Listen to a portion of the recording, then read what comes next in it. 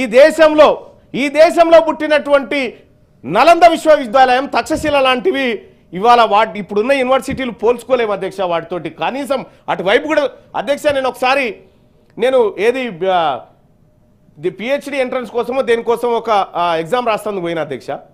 ఎంత బాగుండంటే అప్పుడు అధ్యక్ష తీన్మార్ వార్తలు ఎన్నో వస్తాయని వచ్చినాయి అధ్యక్ష. నేనే రాసిన, నాకు సీట్ రాలే అధ్యక్ష. అంత కాంపిటీషన్ ఉండే. ప్రోగ్రామ్ డిజైన్ చేసింది నేనే, మళ్ళా నాకు రాలే. అంత పకడ్బందీగా జరిగింది. ఇవాళ ఏముంది అధ్యక్ష, ఉత్సవ విగ్రహాల లెక్క మారిపోయినాయి. నిజంగా ఈ ప్రభుత్వానికి చిత్తశుద్ధి ఉంటే కొఠారి కమిషన్ చెప్పినట్టుగా కనీసం 10% బడ్జెట్లో నిధులు పెట్టండి. ఈ 10% బడ్జెట్లో నిధులు పెట్టి విద్యారంగం పట్ల మనకున్నటువంటి ప్రేమను చాటుకోవాలి.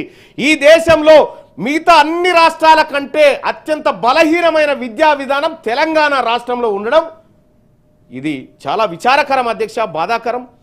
ఈ తెలంగాణ రాష్ట్రంలో విద్య వికసిల్లాలంటే సార్ ప్రైవేటును నియంత్రించడం తప్పనిసరి సార్. ప్రైవేటును నియంత్రించినప్పుడే ప్రభుత్వ విద్య బాగుపడుతుంది, దాన్ని కాపాడబడుతుంది సార్.